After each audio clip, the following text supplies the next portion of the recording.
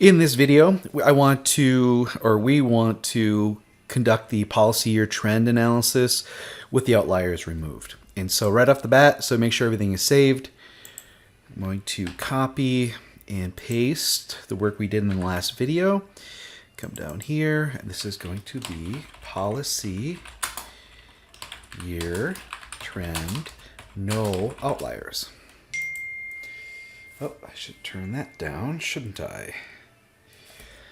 All right, so how do we do this? Well, first we're going to make it bigger so you guys can see. We need to sort to get the outliers up on top. So I'm going to turn the first row into, so highlight the top header row, the first row. Go to data, hit filter. And now we're going to sort from total paid, high to low, largest to smallest. And you see it brought up all of my outliers. So I'm going to highlight these.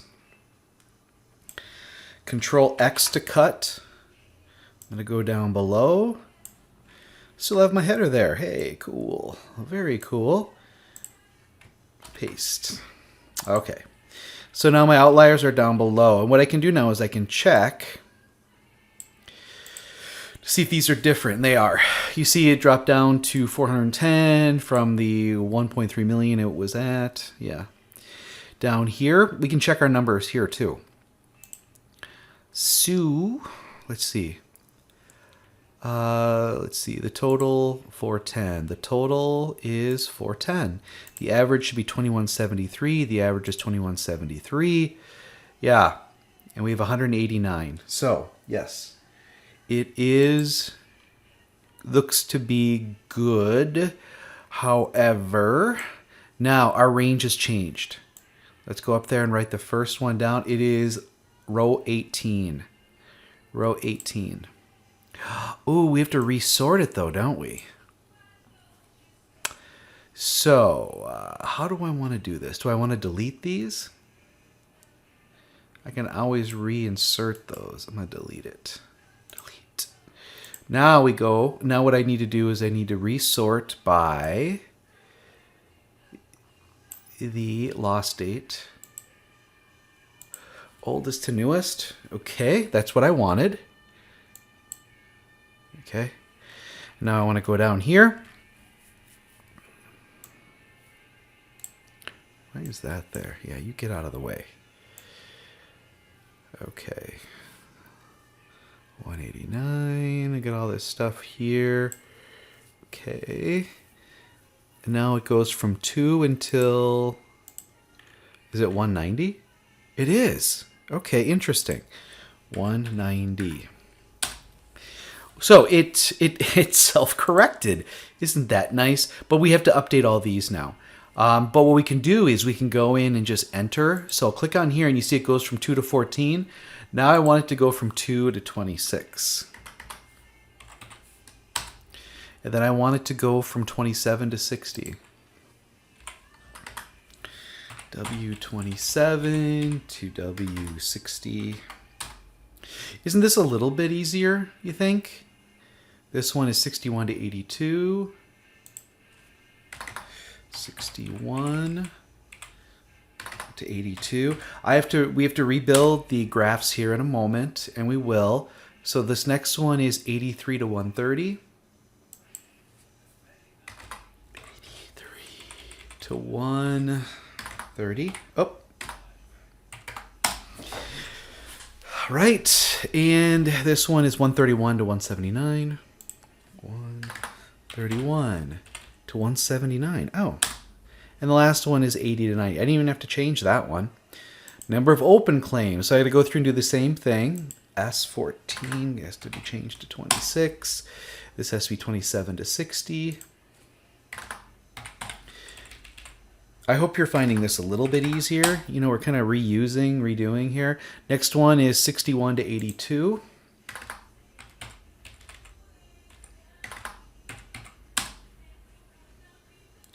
Next one is 83 to 130.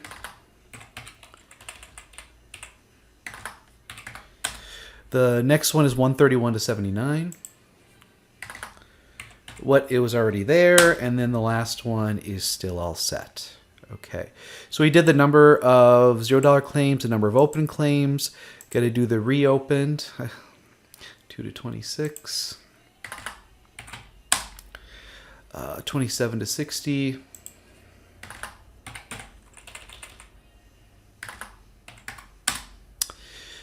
61 to 82.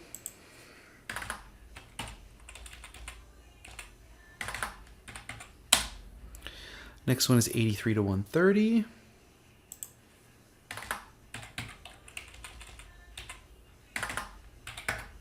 Next one is 131 to 179. And then the last one is already there. We gotta do the last thing. Okay, so we can do the percent. Is that already updated? It is. It's all updated for us. Well, that went down not much, did it? Darn. Okay. Let's do the max. So it's W2 to W26. It is a W27 to W60.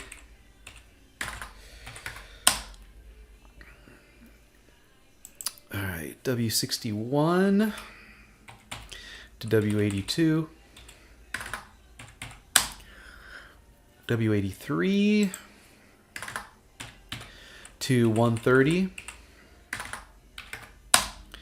131 to 179. So that went actually pretty quick, I think. Pretty slick. Did we have much improvement? No, not as much as I'd like to have seen. I mean, we took out the big things, but that really reduced the stuff, and so therefore, yeah, it's not... There's still some influence by the most expensive claims, and we're going to have to keep an eye out for that. As far as the $0 claims and the averages came way down, more reasonable, right? The again, the open claims, there are 3 open and 4. Yeah, I don't think we should be using. Although the total paid is actually higher, it's going to continue to get higher. So, I think maybe we could include it with the caveat that it is going to go up. There's still 14% of the claims, but let's see what happens, okay? So I'm going to insert a row, and then I'm using Control Y to repeat. I just want to get them out of the way because what I'd like to do is compare like a before and after. Guess I need more room. 1, 2, 3, 4, 5, 6. For a second there, I'm like, am I recording right now? All right. So we'll do a before and after now. So we're going to do the same figures we did before. Save my work. I hope you guys are like yelling at the screen. You should be saving your work. All right. So we can go all the way through 2021, right? For the count. Let's do an insert, scatter plot. And again, I'll have to change the x-axis. But I'm going to do this first. So total paid, I'm going to go all the way to 2021. Insert. There we go. Bring this down here. Now, only at this point are we going to add the other payments. It's just interesting to see at this point because we're kind of assessing everything. And, it just gives us more to look at. So I'm going to left click and go to select data. I need to put in the X 1, 2, 3, 4, 5. We're doing 5 now. Okay. We're going to add one. And this is going to be the paid indemnity. Let's get the X values for it. And the Y values. Okay. Hit OK. I'm going to do one more. I'm going to add the medical. I mean, the only way to learn this is to do it, and so I know this may seem tedious, but there. Okay, so here's what we have. Get some things we need to do here. So first, let's improve this axis. We're going to make it format axis. The major is going to go to a 1. Hit return, so that looks better. We're going to do the same thing down here.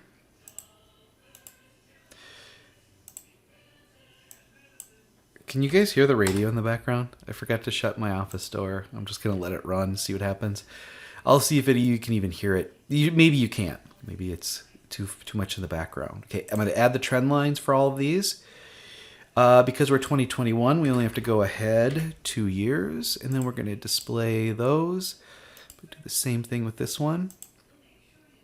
Go ahead 2 years, because we're forecasting to 2023. We could go to 2024, but 2023 is when things are going to be decided, and so I think that's what we do. We stick with 2023 estimates. That and that. Add trend line. Again, go ahead 2 more years, display the equations. Okay, we'll look at it in a second. I'm going to go up here and do these. Add a trend line. We're going to forecast 2 year. Oh, nope, not the intercept. Okay, there we go. There. Okay, now what we can do is we can kind of compare these, right? Okay, first, got to give it a title. What we have here is number of claims per policy year, outliers removed. And what we could do is go n equals, although, we're not including 2022. So I'm not going to put in an n. I could calculate it. Outliers included, outliers removed. So the R-square value improved a little bit, not a lot. What it looks like is 2023, there'll be a total of 60. Here it's saying about 62. That's the difference. Let's go down here and check this out. So this line went from a 0.01, which is bad, all the way up to a 0.88. 89 if you round. That's pretty good. You see how it's kind of on the line? The forecasted loss for 2023 is somewhere between 130 and 140, but here, even though it's consistent, it's 130 or 300,000. Do you see that? So it's a lot lower, but with the outliers removed, the R-square improved, and improved slightly. So with the outliers removed, the paid medical becomes a little bit more representative, as does the total. The indemnity payment doesn't improve a lot, but stays kind of low because almost all of these are indemnity. So do you see the difference here? We need to improve this. Let's see here. We need to add a legend, and we need to add a title. And then I'm going to go to this next one, and I want it to be legend on the bottom. All right, let's get this and this. So it's like a side by side. But what I want you to notice is the difference here. I mean, what I could do is set the new maximum here at 350,000 so you can kind of see it comparing apples to oranges. Let's see what happens when we do that. The major is going to be, min, max. So the max is going to go from 160 to 350. Okay, so now we're kind of comparing apples to apples. Can we do it up here? We already are. So you can kind of see the difference now. I mean, the visuals are a little bit different. Do you see? I'm going to give this a chart title. This is benefits paid per policy year, outliers removed. I should spell that out, but for the time being, I'm going to kind of leave it like this. I don't like that those are flip-flopped, but anyway, maybe I did them in a different order or something. So we got to answer a question here, ladies and gentlemen, and that is, it'd be interesting to compare, the 4 and 5 years. So what we're saying is it's between 32 and 36. If I go back, it was between 36 and 39. Again, outliers are removed. It might be, we're going to be using some of this data here, some of these results, when we get down to our recommendations. But at this time, I don't want to confuse things too much because I've thrown a lot at you, obviously. Let's see what some of the averages here. And you're going to compare this. So 4-year average is 71. The 5-year average is 78. That's, again, considering 4 or 5. So it did go up. But if we go back, it went down. Right? That means the last year had some... oh, wait, no. The earlier years had more of the... what do you call it? The outliers. Let's go down here and look at these outliers. So we didn't have the policy year before. That was added. So you can see the plant, 2 others, a handful of matted. It would be good to break those down, I think. You can do that. Okay, here we go. Here's the policy year. You kind of want to look at that. So I'm going to turn the header row into a filter. And I'm going to sort by policy year and just see where they kind of end up. So 1, 2, 3, 4, and 17. 1, 2, 3, and 18. 1, 2, 3, and 19. 1, 2, 3, and 4, and 20. 2 and 21. None in 2022 yet. Obviously, it's super. It's not a mature data set by any means. It might be interesting to break it down 2 different ways. One is to look at it from a 2017, 2018, 2019. 2020, 2021. And then like which plants. So Madison had 1 in 18, 2 in 18. Madison had 1 in 20, 1 in 2021. Poinet had 4, all 4 in 2017. None in 2018, 2 in 2019. 3 in 2020 and 1 in 2021. Interesting, right? I think it's interesting. And then there's a consistency here, all in 1 year, all at one site. What is it? Strain, struck by. It's a laceration. Again, we don't agree with that. Sorry, I'm gonna have to. I think I silenced it. All right. So what we want to do now is, I'm just looking for trends here and things like that. I silenced this phone, but another phone is still ringing. Let's see here. So we've got 2018. We have 2 at Madison. It's a slip, trip, and fall and a strain. Material handling, slip, trip, fall. Walking to door. Making table, I don't get that. And tripped and fell out of the table, heard a pop. So that is, yeah. And then material handling, gets sore, extending arm. We have an other that's a cut puncture. This is a miscellaneous. Just fainted. That's weird. What's this other one? Strain. And then this one, strain repetition. Okay, interesting, right? You can kind of see what the major...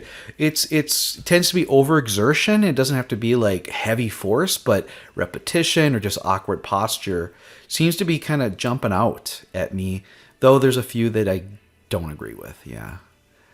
It'd be interesting to break it down by Poinet and Madison as far as which one has the most expensive claims, things like that. So I would break that down if I was you. So there's P, M, and O. And what I want you to do is you do a count and then, is it paid total? Is that what we're calling it? Paid total, yeah. So just to kind of look at the 2, just to see where they are. And you do the same thing right here. Sorry. Only when I'm recording. Only. Count and a paid total. And you just want to kind of break those down.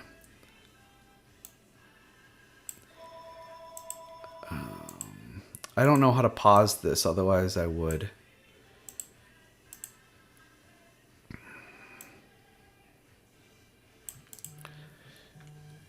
Okay, I'm going to quickly go to here. So this is what's expected for this week. To conduct the analysis of the outliers and post 1, the distribution chart, which we did. We did that. We created it, showing the cutoff point, and then the summary and data table. So you can kind of show the difference between the two. Back to this. And if we go to the outliers, so we had the first one where we decided where to do the cutoff, this one here, and then we did one with it removed. I hope you can't hear my phone right now. So we did two of them side by side. You could just take both of them. And you see, I think what we did is we tried to, even this out or whatever, just to see the difference. And then compare, and then provide this comparison of, we took out 16 and look at the difference, look at the change. And then we want to show both the before and after, with and without tables, and the with or without, the comparison between these. Now, built into this is your analysis of the outliers. So you should have, evaluated the outliers when we first did it, and then again after we completed the policy year analysis. So you can do that. I'm going to try and bring up what you need to do here. Binder assignment. So copy and paste all this stuff over, but make sure it looks good, Where's the... I don't want the binder assignment. I want this one. So you're sharing the outlier stuff. You're sharing your insights of the outlier claims. You're providing the tables and the figures. And I didn't make them look real pretty yet. I'm going to let you work on that. And then I want you to review and answer these questions. What's the quality of the data? But you don't say it's good or bad. You talk about the distribution. You talk about the difference between the averages and the median, and how the max claims seem to be influencing the overall. That's what you want to talk about. And then the removal of outliers and what that did. Then talk about how the safety program is performing. Again, the premise is, if the safety program is doing well, when something occurs, we investigate it, we come up with a mitigation strategy, and then they shouldn't be reoccurring. But if the number of claims are increasing, or the cost of claims are increasing, or especially if similar claims are being repeated within a company, then that's an opportunity to do something different, to investigate it differently, to engage the workers and understand it from their perspective, to come up with solutions or mitigating strategies that are different than what we tried in the past because they weren't as effective as we had wanted them to be. So that's what you talk about. Then the last thing. Now, one thing I'll bring up here, it's only 22 minutes, not too bad, is that so we're going to be meeting via WebEx for both lectures this week. On Tuesday, we have a guest speaker. Linda Tapp from Safety Fundamentals is going to talk about what she does to make safety training more engaging. I think it's a great topic. This is just the only time she's available because she's very busy. She's been traveling and presenting a lot, so we're lucky to have her. Thursday will be a help session, sort of an office hour. And so I would like you to be working on these things, finding issues, and then we'll go over all of your questions on Thursday. There's no quiz this week. But I'm asking you to do more of the technical report, and that's what this is.